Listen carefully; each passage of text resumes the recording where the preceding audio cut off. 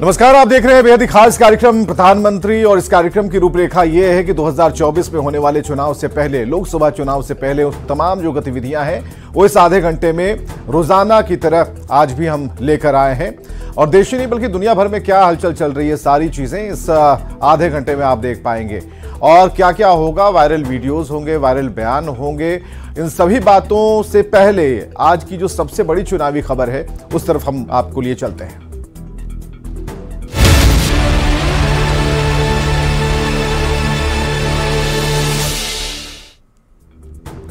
13 दिसंबर को संसद की सुरक्षा में बड़ी चूक हुई। लोकसभा सचिवालय के अनुरोध पर गृह मंत्रालय ने घटना की जांच सीआरपीएफ के महानिदेशक अनिश दयाल सिंह के नेतृत्व में कराने का आदेश दे दिया। वहीं दिल्ली पुलिस से लेकर कई जांच एजेंसियां पूरे मामले की जांच कर रही हैं। एक तरफ मामले की जांच हो रही है, वहीं दूसरी तरफ विपक्ष इस मुद्दे पर लगातार सियासत कर रहा है। विपक्षी सांसदों ने लोकसभा और राज्यसभा दोनों जगह हंगामा किया। यहां तक कि हंगामे की वजह से टीएमसी सांसद डेरेक ओब्रायन को पूरे सत्र के लिए सस्पेंड कर दिया गया।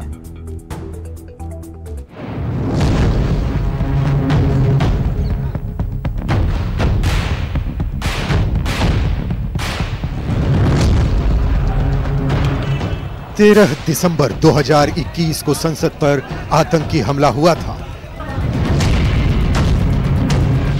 ठीक 22 साल बाद 13 दिसंबर को ही संसद की सुरक्षा में एक बार फिर बड़ी चूक हो गई।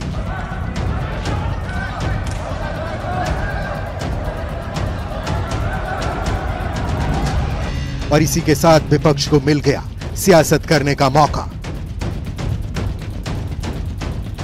जो 14 दिसंबर को संसद के दोनों सदनों में देखने को मिला। विपक्षी सांसदों ने दोनों ही सदनों में जबरदस्त हंगामा किया। हंगामे की वजह से संसद कार्यवाही बाधित होती रही। लोकसभा स्पीकर ओम बिरला बार बार समझाते रहे, यहां तक बताया कि संसद के सुरक्षा की जिम्मेदारी लोकसभा सचिवालय की है, इसका सरकार से कोई लेना देना नहीं है और वो खुद सांसदों के साथ बैठकर बात करेंगे। जो कल घटना घटी है उस घटना को लेकर हम सब चिंतित हैं और संसद की सुरक्षा की जिम्मेदारी संसद सचिवालय की होती है। और हम सब जानते हैं ये सब संसद सचिवालय और क्षेत्राधिकार संसद के अंदर आता है, विशेष रूप से लोकसभा के अंदर आता है। लोकसभा में रक्षा मंत्री राजनाथ सिंह ने भी सांसदों को आश्वासन दिया कि पूरे मामले की गंभीरता से जांच कराई जाएगी, लेकिन उनके समझाने का भी विपक्षी सांसदों पर कोई असर नहीं हुआ। क्या है, बहुत ही दुर्भाग्यपूर्ण घटना है, इसमें कहीं दो मत नहीं है। और आपने तुरंत इसका संज्ञान लेते हुए इस मामले की पूरी जांच का जो है आदेश दे दिया है। मैं समझता हूं कि भविष्य में हम सारे सांसद, चाहे वो पक्ष के हों अथवा विपक्ष के हों, सभी को सावधानी बरतने की आवश्यकता है ताकि जिनको भी हम पास देते हैं ऐसे व्यक्ति को पास न दिया जाए जो जाकर इस प्रकार की अराजक की स्थिति संसद भवन के अंदर पैदा कर दे। राज्यसभा में तो और ज्यादा हंगामा देखने को मिला।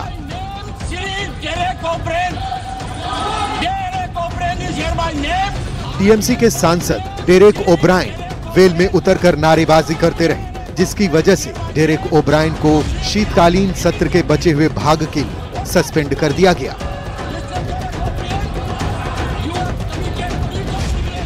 I hereby name Shri Derek O'Brien. Derek O'Brien is hereby named to leave the house immediately. What are you doing, Mr. Derek O'Brien? You have committed breach of privilege. Mr. Derek O'Brien to leave the house immediately. एक तरफ संसद की सुरक्षा में हुई चूक पर विपक्ष की सियासत तेज है, तो दूसरी ओर इस मामले में लगातार कार्रवाई हो रही है। लोकसभा सचिवालय के अनुरोध पर गृह मंत्रालय ने घटना की जांच सीआरपीएफ के महानिदेशक अनिश दयाल सिंह के नेतृत्व में कराने के आदेश दे दिए हैं। वहीं दिल्ली पुलिस से लेकर कई जांच एजेंसी पूरे मामले की जांच कर रही हैं। अब इस मामले की जांच आतंकी एंगल से भी की जा रही है। दिल्ली पुलिस ने UAPA के तहत केस दर्ज किया है। यही नहीं, इस घटना की गंभीरता को देखते हुए संसद की सुरक्षा में तैनात 8 कर्मचारियों को सस्पेंड कर दिया गया है। संसद की सुरक्षा में सेंधमारी की साजिश रचने वाले 6 आरोपियों में से 4 की गिरफ्तारी पहले ही हो चुकी है, जबकि फरार आरोपी ललित झा की गिरफ्तारी के लिए छापेमारी जारी है। अब सवाल यह है कि इस मामले का मास्टरमाइंड कौन है और किसने पूरी साजिश रची। जब तक इन सवालों के जवाब नहीं मिल जाते, तब तक विपक्ष संसद की सुरक्षा में हुई चूक पर सियासी रोटी सेकने की कोशिश करता रहेगा। Bureau report, news 18।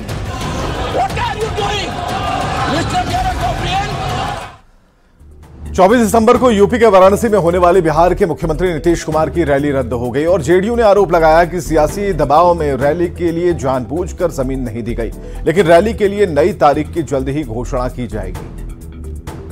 Narendra Modi के खिलाफ आए थे ना दिल्ली से। वाराणसी की रैली की घोषणा से ही इतनी बेचैनी बढ़ गई है। गंगा ने बुलाया है। गिरिराज सिंह की नीतीश कुमार को वाराणसी से चुनाव लड़ने की चुनौती पर अभी सियासी वार पलटवार चल ही रहा था कि रैली को रद्द करने की खबर आ गई। बिहार के ग्रामीण विकास मंत्री और यूपी में जेडीयू के प्रभारी श्रवण कुमार ने बताया कि रैली के लिए जगह न मिलने की वजह से 24 दिसंबर को वाराणसी में होने वाली नीतीश कुमार की रैली को रद्द कर दिया गया है। श्रवण कुमार ने आरोप लगाया कि बीजेपी के दबाव में नीतीश की रैली के लिए जगह नहीं दी गई। जेडीयू नेताओं का कहना है कि वाराणसी में नई तारीख पर ही सही रैली जरूर होगी। और भारतीय जनता पार्टी की चाहे उत्तर प्रदेश की सरकार हो चाहे दिल्ली की सरकार हो, लोकतंत्र खत्म करना चाहती है और किसी भी पॉलिटिकल पार्टी को सभा करने नहीं देना चाहती है। इससे यही प्रमाणित होता है, यही बहुत निंदनीय है, बहुत दुखद है। हालांकि बीजेपी में जेडीयू की तरफ से लगाए गए आरोपों को पूरी तरह से बेबुनियाद बताया है। बीजेपी का कहना है कि भीड़ न जुटने के डर से रैली को रद्द किया गया है। नीतीश कुमार जी को कार्यक्रम करने में दिक्कत कहाँ है? अरे जाएंगे तो 1-2 हजार आदमी जुटेगा, इससे ज्यादा क्या जुटना है? इसके लिए कौन प्रशासन की जरूरत है? अरे भाई, बिहार के मुख्यमंत्री हैं, हम लोग नहीं जानते बिहार में 5000 में जुटता ही नहीं है, वहाँ 10,000। उन्होंने आरोप लगाया। बिहार में आज तक नीतीश कुमार जी के किसी कार्यक्रम में 10,000 आदमी जुटा हो तो बता दीजिए। कैंसिल का मतलब कब क्या समझ रहे हैं? नहीं, ये पूर्ण रूप से इन लोगों का भीड़ जुटना नहीं था, इसलिए चिंतित है।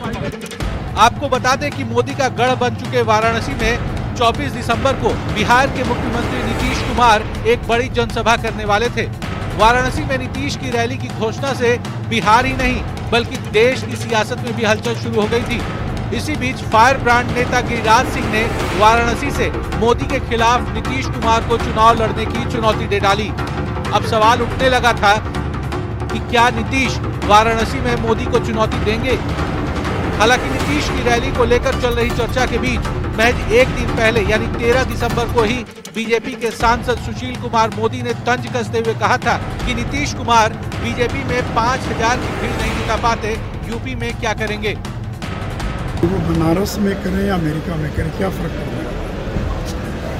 जो व्यक्ति अपने राज्य में 5000 की भीड़ इकट्ठा नहीं कर सकता, जिस व्यक्ति जो अपने राज्य में 44 सीट नहीं जिता पाया जनता दल यू को, और अभी भी नीतीश कुमार गए थे मध्य प्रदेश चुनाव लड़ने, 10 उम्मीदवार खड़े किए, अधिकतम वोट आया एक उम्मीदवार को 2000, बाकी को 100 और 200।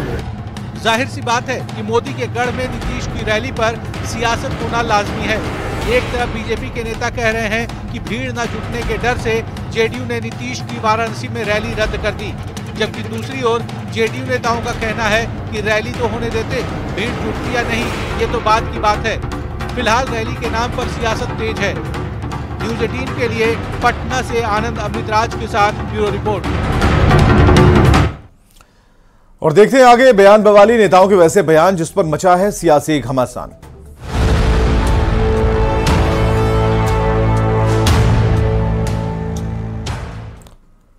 और बयान बवाली में सबसे पहले बात हम के संरक्षक और बिहार के पूर्व मुख्यमंत्री जीतन राम मांझी के बयान की। लोकसभा चुनाव 2024 के पहले बिहार के पूर्व मुख्यमंत्री और हम के संरक्षक जीतन राम मांझी ने बड़ा बयान दिया। मांझी ने कहा, पूरे देश में नरेंद्र मोदी का डंका बज रहा है, मोदी पर देश की जनता को भरोसा है। मांझी ने दावा किया कि बिहार में एनडीए लोकसभा की 40 सीटें जीतेगी। संसार का जो आर्थिक स्थिति है, स्थान है, अभी 5वां में है, पहले 13-14 में था, आज 5 हो गया। ये सब बात देख करके बिहार हो या हिंदुस्तान की जनता हो, ये समझ चुकी है कि हिंदुस्तान को एक ही आदमी आगे ले जा सकता है, वो है नरेंद्र मोदी, जो एनडीए का अगुवा है। संसद की सुरक्षा में हुई चूक पर सियासत जारी है। आरजेडी के राज्यसभा सांसद मनोज झा ने संसद की सुरक्षा में हुई चूक को लेकर सरकार पर निशाना साधा।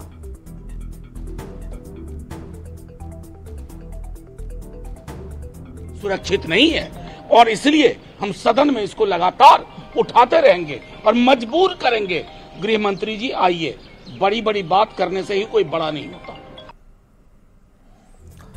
तो संसद की सुरक्षा में हुई चूक पर सियासत तेज है। कांग्रेस नेता जयराम रमेश का कहना है कि वो लोग रचनात्मक सहयोग करेंगे, लेकिन वो लोग चाहते हैं कि गृह मंत्री इस मुद्दे पर संसद में बयान दें।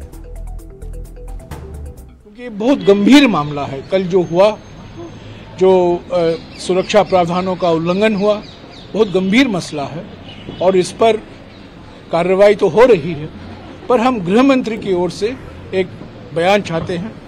कल भी हमने मांग की थी, आज भी हमने मांग की है और कल भी हम करते रहेंगे। जब तक गृह मंत्री नहीं आएंगे, बयान नहीं देंगे, सदन की चलने की संभावना बहुत कम है। हम रचनात्मक सहयोग में विश्वास रखते हैं। हम चाहते हैं कि बहस हो, पर आज सबसे बड़ा मुद्दा जो है देश के सामने, ये कैसे हुआ। और प्रधानमंत्री के सेगमेंट में देखते हैं ऐसी तस्वीरें जो सियासत के लिहाज से सोशल मीडिया पर वायरल हो रही हैं।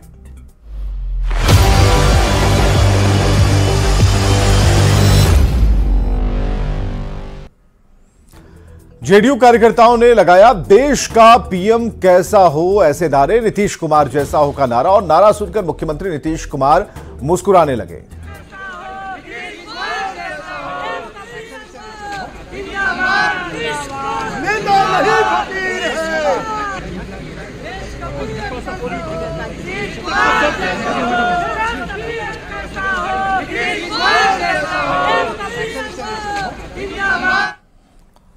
और प्रधानमंत्री के शो में आखिर में देखते हैं फटाफट अंदाज में 24 खबर।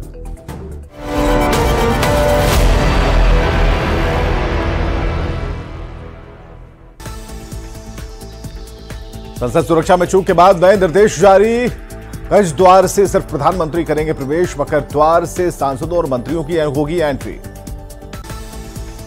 बुधवार को संसद की सुरक्षा में हुई बड़ी चूक मामले में 8 कर्मचारी किए गए सस्पेंड। सुरक्षा में चूक पर लोकसभा में गुरुवार को भी हंगामा। संसद में चूक मामले पर स्पीकर ओम बिरला का बयान, कहा बुधवार की घटना से सभी चिंतित, सुरक्षा की जिम्मेदारी लोकसभा सचिवालय की है। संसद में हुई घटना पर रक्षा मंत्री राजनाथ सिंह का बयान, कहा इस मामले की गंभीरता से जांच की जाएगी, भविष्य में ऐसी घटना से अलर्ट रहने की कही बात। संसद की घटना पर कांग्रेस सांसद अधीर रंजन चौधरी का सरकार पर हमला, कहा देश की सुरक्षा की बातें होती हैं, लेकिन अंदर से सुरक्षा व्यवस्था खोखली है। संसद सुरक्षा में चूक पर उठ रहे सवालों पर बीजेपी प्रवक्ता कुंतल कृष्णा का पलटवार, बिना नाम लिए कहा कांग्रेस के समय में आतंकियों को मिला हुआ था खुला पासपोर्ट। बुधवार को संसद में हुई घटना पर आरजेडी प्रवक्ता मृत्युंजय तिवारी की प्रतिक्रिया, कहा सियासत के बदले मामले की गंभीरता से होनी चाहिए जांच। संसद में हुई घटना को लेकर जेडीयू प्रवक्ता अंजुम आरा ने सरकार पर बोला हमला, कहा सरकार देश और संसद की सुरक्षा करने में पूरी तरह विफल हुई। 24 दिसंबर को वाराणसी में होने वाली सीएम नीतीश कुमार की रैली स्थगित, मंत्री श्रवण कुमार ने साजिश के तहत रैली रोकने का लगाया आरोप। सीएम नीतीश के बनारस में रैली पर बीजेपी प्रदेश अध्यक्ष सम्राट चौधरी का तंज, कहा बनारस में जेडीयू को वार्ड काउंसलर जितना भी वोट नहीं मिलेगा। कटिहार जिले के संस्थापक सदस्य सत्यनारायण शर्मा की अध्यक्षता में जन सुराज की बैठक, लोकसभा चुनाव को लेकर रणनीति पर चर्चा। पूर्व मुख्यमंत्री जीतन राम मांझी ने पीएम मोदी की जमकर की तारीफ, कहा नरेंद्र मोदी के नेतृत्व में देश की अर्थव्यवस्था में तेजी से हुआ सुधार।